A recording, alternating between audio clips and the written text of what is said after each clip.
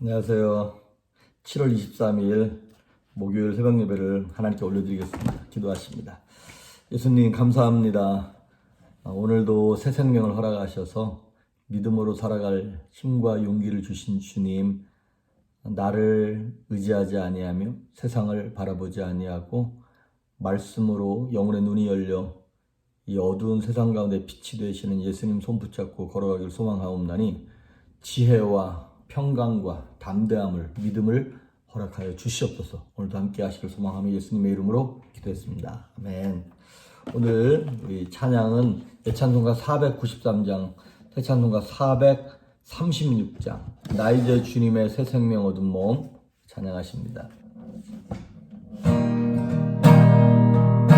나 이제 주님의 새 생명 얻은 몸, 옛 것은 지나고 새 사랑이로다. 그 생명 내 맘에 강같이 흐르고 그 사랑 내게서 해같이 빛난다. 영생을 누리며 주 안에 살리라. 오늘도 내일도 주 함께 살리라. 주 안에 감추인 새 생명 얻으리. 이전에 줬던 것 이제는 값없다. 하늘의 은혜와 평화를 맛보니 찬송과 기도로 주 함께 살리라. 영생을 누리며 주 안에 살리라. 오늘도 내일도 주 함께 살리라. 한천도 좋고 새 것이 되었고 죄인도 원수도 친구로 변한다. 새 생명 얻은 자 영생을 누리니 주님을 모신 맘 새 하늘이로다. 영생을 누리며 주 안에 살리라. 오늘도 내일도 주 함께 살리라. 주 따라가는 길 험하고 멀어도 찬송을 부르며 뒤따라가리라. 나주를 모시고 영원히 살리라. 날마다 섬기며 주 함께 살리라. 영생을 누리며 주 안에 살리라. 오늘도 내일도 주 함께 살리라. 네. 오늘 우리에게 주시는 말씀은 창세기 45장입니다. 창세기 45장 5절과 8절 두 절을 한번 보겠습니다. 우리가 예전에도 많이 나누었던 말씀입니다. 45장 5절 봉독해 올립니다. 당신들이 나를 이곳에 팔았다고 해서 근심하지 마소서, 한탄하지 마소서. 하나님이 생명을 구원하시려고 나를 당신들보다 먼저 보내셨나이다. 8절 그런즉 나를 이리로 보내니는 당신들이 아니요 하나님이시라. 하나님이 나를 바로에게 아버지로 삼으시고 그 온 집의 주로 삼으시며 애굽 온 땅의 통치자로 삼으셨나이다. 아멘. 이제 이 본문의 말씀은 요셉이 애굽에 팔려오고 나서 참 13년 동안 고생해서 총리 자리로 올라갔습니다. 그러고 난 다음에 얼마 안 있다가 자신의 형들을 이제 딱 만나고 나서 형들 앞에 자신의 정체를 밝히고 형들이 이제 우리 죽었다. 그리고 막 두려워할 때 걱정하지 마십시오. 형들이 나를 이곳에 팔았다고 한탄하지 마십시오. 형들이 판 게 아니라 하나님이 나를 온 가족을 살리시려고 먼저 여기에 보내신 겁니다. 이렇게 해석하는 장면이에요. 제가 며칠 전에 상처를 놔두면 마귀 밥 됩니다. 이런 설교를 했어요. 귀신 밥 된다고. 사실 현대인들한테 있어서 이 상처라고 하는 게 굉장히 큰 화두예요. 그래서 어떤 우울증, 공황장애, 뭐 이런 거, 대인기피증, 막 정신적인 스트레스, 이 모든 것들이 어렸을 때 받았던 어떤 상처와 연관된 것들이 굉장히 많이 있습니다. 그리고 교회 안에서 신앙생활 오래 한 수십 년 동안 한 그 믿음 좋은 집사님, 기도 많이 하는 권사님, 뭐 무슨 장로님, 이런 분들도 은연중에 어떤 때는 꽤 괜찮은데 어떤 때는 그들의 말이나 행동에서 이상한 모습들이 드러날 때가 있어요. 사실 그것들은 온전히 치료하지 못한 심적인 어떤 환경적인 어떤 그런 상처를 통해서 마귀와 귀신들이 거기에 들러붙게 되고, 마귀와 귀신들이 가져다 준 이상한 행동과 태도와 이런 것들이 자신의 인격이 되어버린, 그래서 참 이거는 죽을 때까지 꼭 변하지 않는, 사실 대부분의 사람은 변하지 않아요. 은혜를 어지간히 받지 않고서는 그것이 정상인 줄 알고 그렇게 살아가는 사람들이 굉장히 많이 있습니다. 그래서 이 상처를 치유하는 것은 굉장히 복잡하고 단순하지 않습니다. 너무 어려워요. 한번 은혜 받았다고 고쳐지는 게 아니더라고요. 왜냐하면 이것이 영적인 어떤 마귀의 귀신의 역사와 혼적인 자신의 경험을 통한 상처와 그다음에 육체적인 환경, 이런 것들이 맞물려 가지고요, 괴물을 만들어냈어요. 원래 처음 하나님이 창조하시고 디자인한 하나님의 형상을 닮은 하나님의 성품이 드러나는 그러한 성도의 모습이 아니라 약간 왜곡되어지고 뒤틀려버린 그런 이상한 변종 성도들이 탄생한 거예요. 뭐 저도 마찬가지겠죠. 그래, 우리의 지, 정, 의, 이것조차도 다 온전하지 못해가지고 이게 막 짬뽕이 되어버린 것이죠. 그래서 이거를, 상처를 치료하려면 사실 꽤 많은 시간이 필요하고 교육이 필요한데, 오늘은 간단하게 한번 이렇게 성경에서 얘기하고 있는 가장 명확하고 간단해 보이는 방법만 하나 설명을 해드리려고 합니다. 여러분, 요셉을 보시면 성경에 나와 있는 인물들 가운데 가장 상처가 많은 사람 중에 하나가 요셉이에요. 요셉의 어머니가 라헬이죠. 자신의 아버지였던 야곱이 아내가 넷 중에 가장 사랑했던 아내 라헬의 아들입니다. 그런데 그 요셉의 동생인 베냐민을 낳다가 자기 엄마가, 친엄마가 죽어요. 그러니까 요셉이 어렸을 때 엄마를 잃어버린 거예요. 그런데다가 그 배가 다른 이복 형들이 위에 10명이 있어요. 근데 그 10명이 이 요셉을 사랑하고 불쌍히 여기는 것이 아니라 미워했단 말이죠. 저 꿈꾸는 자, 그러면서 되게 미워했어요. 그래가지고 요셉을 웅덩이에 갖다 던져서 죽여버리려 그런 거잖아요. 그러니까 요셉의 인생 속에 어쩌면 우물, 웅덩이, 뭐 이런 얘기만 들어도 막 온몸에 소름이 돋고 식은땀이 흐르면서 막 둘둘둘 떨렸을 거예요. 그거를 세상에서 뭐라 그래요? 트라우마라 그러죠. 그런 우물 비슷한 것만 봐도 요셉은 아마 가슴이 철렁 내려앉았을걸요? 어렸을 때 그렇게 버림받고, 그리고 애굽에 팔려가서 그렇게 열심히 충성스럽게 일했는데 그 보디발 장군 아줌마 때문에 억울하게 누명 써가지고 또 감옥에 가게 되어지고, 어쩌면 요셉은 평생 사람이 싫고 마음의 문을 닫고 살아도 괜찮은 사람이었을지도 몰라요. 혼자 고립되어서 우울증에, 공황장애에 걸릴 만한 충분한 이유가 있는 사람이 요셉이었다는 것이죠. 그런데 어쩌면 저와 여러분 가운데서도, 성도님들 가운데 이런 상처를 경험한 분들이 아마 계실 겁니다. 사실 어느 누구도 불행하기를 소망하고 원해서 불행을 겪은 사람은 없지요. 고난을 선택한 사람은 아무도 없습니다. 자라온 환경이 어쩔 수 없었고 물려받은 것이 흙수저였기 때문에 막 지금의 내 모습을 보면서 옛날에 내가 이래서 이 아픔 때문에, 이런 환경 때문에 내가 이 결과로 이렇게 움츠러들 수밖에 없는 이런 환경에 처했다라고 핑계댈 만한 그런 이유가 충분한 분들이 참 많이 계십니다. 어떻게 그런 환경 가운데 살았을까? 이런 사람들이 참 많아요. 그런데 이제 이 현재 형편을 해석하는 시각이 크게 보면 두 개가 있어요. 몇 년 전에 한국에서 미움받을 용기라고 하는 그 베스트셀러 책이 있죠. 저는 그 책이 너무나 뭐랄까요, 성경적으로 쓰여진 책이라고 저는 생각해요. 거기에 뭐 성경에 관한 얘기라든가 하나님에 관한 얘기는 없어요. 그런데 그 아들러라고 하는 사람이 그 철학자라 그래야 되나? 이 심리학자가 이 사람이 이렇게 사람들의 상처에 대해서 풀어쓴 그걸 보면 이 사람은 틀림없이 크리스찬이다라는 걸 알 수가 있어요.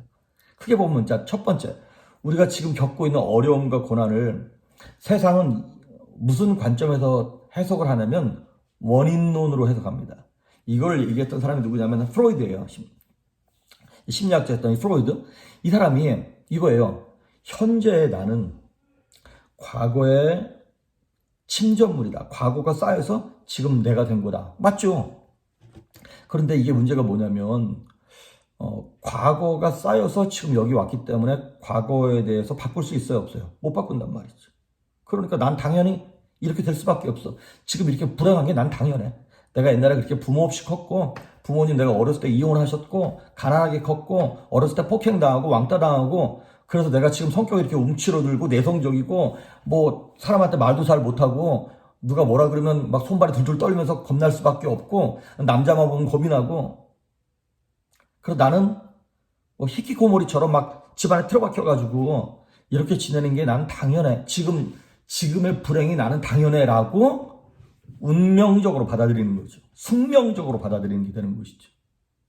마치 요한복음 4장에 보면 사마리아 여인이 남편이 5이 있었고 그의 삶이 그렇게 도덕적이지 못해서 늘 손가락질 받고 참 어디서부터 잘못된지 모르는데 늘 불행했어요.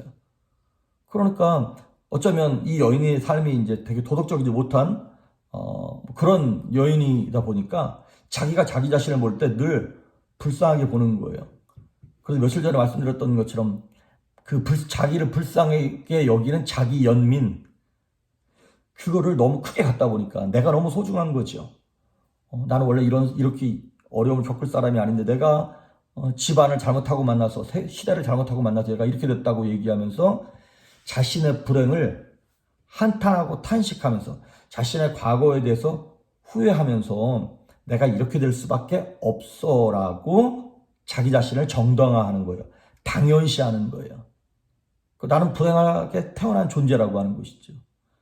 그래서 이제 프로이드나 칼 융 이런 철학자들은 그 원인론에 대해서 얘기를 하는 거예요. 그걸 트라우마라 그러는 거죠. 원인론. 내가 이렇게 어려움을 겪는 거는 옛날에 무엇 때문에 그런 거야. 그런데 그 원인론을 얘기하면 뭐가 달라지는 게 있나요?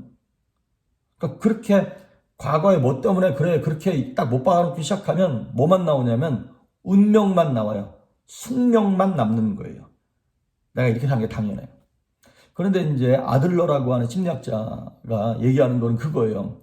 아니다. 지금 이렇게 과거가 어려웠고 지금 이렇게 형편이 힘들고 어려운 거는 과거 때문에 그런 것이 아니라 이거는 어떤 목적이 있어도 내가 지금 훈련받는 거다. 이렇게 해석했어요. 내가 지금 그러니까 무리식으로 말하는 이런 거예요. 하나님께서 우리를 믿음의 사람으로 성장시키기 위하여 나를 지금 훈련소에 집어넣은 거야. 광야에 넣은 거야. 그러니까 이렇게 내가 어렵게 살은 이유도 더 나 미래에 무언가를 위해서 세게 하나님이 훈련하시는 과정이야라고 하는 목적론에 그 초점이 가 있다고 하는 것이죠. 그러니까 문제는 내가 지금 처해 있는 환경이 문제가 아니라 환경을 대하는 내가 문제라는 거예요. 내 마음과 내 태도, 애티튜드가 문제라고 하는 것이죠. 그러니까 미움받을 용기에는 그런 얘기가 나와요. 어떤 사람이 이제 집에 틀어박혀 있는 거야. 이 사람의 우울증 때문에. 그러면서 뭐 자기 트라우마 때문에 자기가 은둔해 있다는 거예요.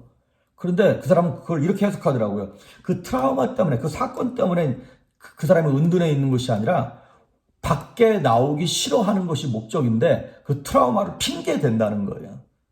우리는 꼭 무언가를 핑계대가지고 자신의 행동에 대해서 합리화시키려고 하는 그런 경향들이 있지 않습니까? 그래서 나는 이럴 수밖에 없다라고 하는 면죄부를 주게 되는 것이죠. 변하는 것이 쉽지는 않지만 내가 변해야 세상이 변합니다. 세상이 아무리 변해도 내가 그 변화를 거부하면 아무 일도 안 일어나는 것 아니겠습니까? 그러니까 내 불행은 내가 선택한다는 거예요. 그래서 물론 성도님들 가운데 과거에 상상하지도 못할 어려움을 겪는 분들이 계세요. 겪었던 분들이 계세요. 그 얘기를 들으면 어떻게 살았나 싶어요. 그런데 그 과거를 잊어버리라는 게 아니에요. 과거는 참고 하는 겁니다. 참고. 그래도 마치 이런 거예요. 운전할 때 사이드미러 같은 거예요. 옆에 이렇게 보자. 그 사이드미러만 보고 운전하는 사람은 없죠. 앞만 보고 운전하는 거예요. 그리고 언제 사이드미러를 봅니까? 레인 체인지 할 때. 그 뒤차가 오는지 안 오는지. 내가 레인 체인지 할 때, 인생의 결단과 중요한 어떤 일들을 처리할 때 과거에 내가 이런 건 내가 실수를 했었지. 이런 건 잘했지라고 하는 그런 뭐랄까 도움을 받는 어드바이스 정도로만 삼는 거지, 그 사이드 미러만 보면서 운전하는 사람은 없지 않습니까? 근데 우리 자꾸 인생을 살아가면서 옛날에 뭐 내가 이런 일이 있었고 그래서 이건 못하겠고, 뭐 옛날에 우리 집에 금송아지가 있어서 뭐 이랬으면 좋았을 뻔했는데 그 후회만 한다고 뭐가 변하냐 이 말이죠. 그러니까 현재는 과거에 내가 결정하는 것이 아니라 현재에 내가 결정하는 것입니다. 행복을 선택하는 거예요. 지금 내가. 요셉은요, 여러분 그 38장인가요? 어디에 보면 몇 장이지?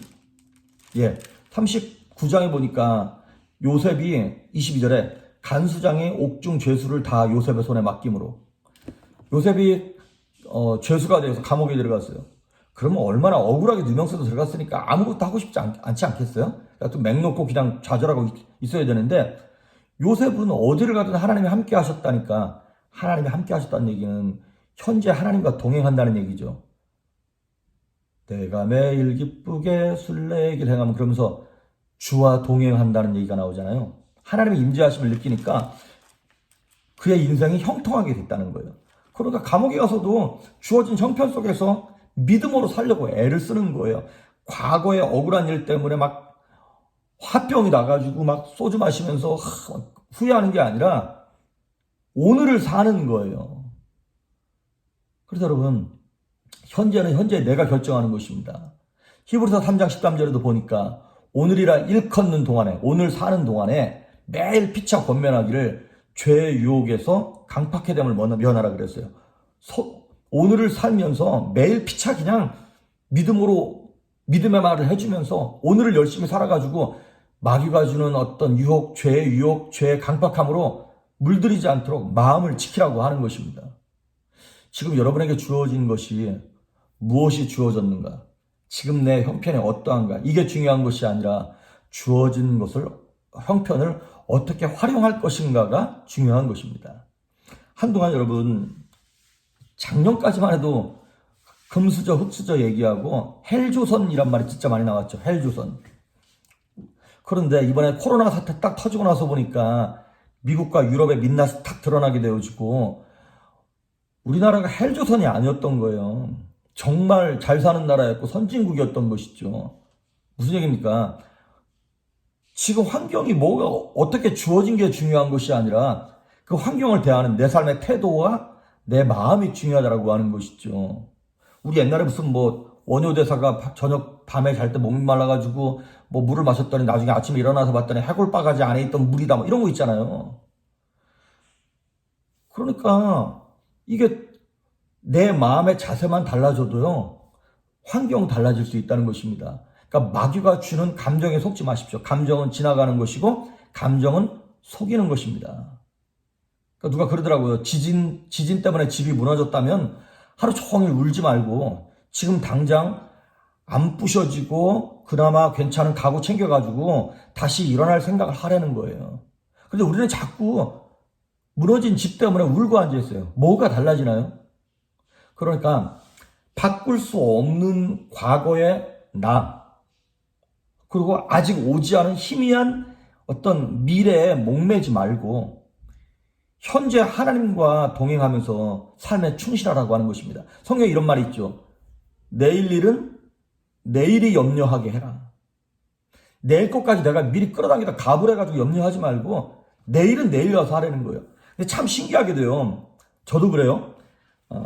어떤 날은 막 믿음으로 사는데 어떤 날은 저렇게 좀 느끼기에 감정적으로 믿음이 떨어졌다라고 생각되어지는 때가 있어요. 그러면 신기하게도 믿음이 사라지잖아요. 그러면 꼭 나타나는 게 있어요. 미래에 대한 절망.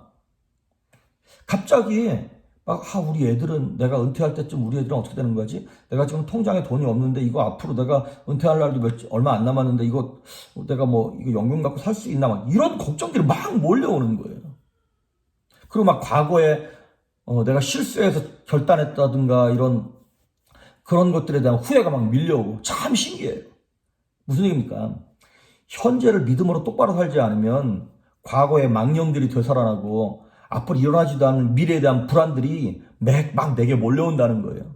그러니까 현재를 믿음으로 똑바로 사는 사람들만 과거의 귀신들이 역사하지 못하고 미래의 불안들이 우리에게 영향을 줄 수 없다는 것입니다. 그래서 내가 바꿀 수 있는 환경과 바꿀 수 없는 환경들이 있잖아요.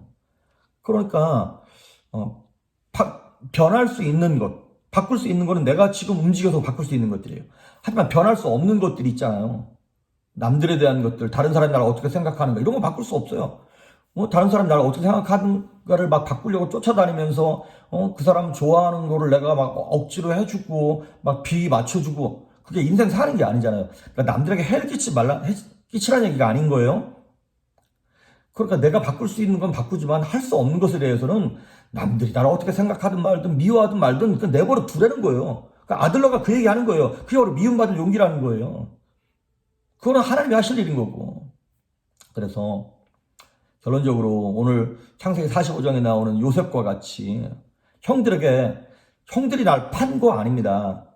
형들이 날 팔았다고 생각하면 평생 막 마음에 칼 가르면서 살았을 거예요. 근데 그게 아니라 하나님이 날 먼저 보내신 겁니다라고 하는 목적론으로 인생을 풀어낸 거예요.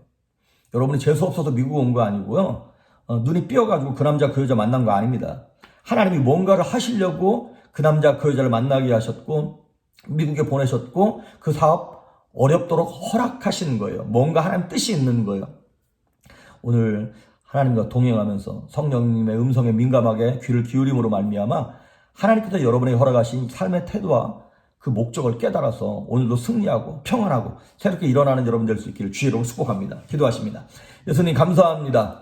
요셉과 같이 과거에 연연하지 아니하게 하시고 오늘 예수님과 동행함으로 형통한 인생이 되어서 과거를 바꾸고 미래를 바꿀 수 있는 믿음의 사람들이 될 수 있도록 우리 조이풀교회 성도님들을 축복하시며 저들의 가정과 자녀와 사업체 위에 저들의 삶과 건강 위에 성령님 기름 부어 주시옵소서 감사드리옵고 예수님의 이름으로 기도했습니다. 아멘.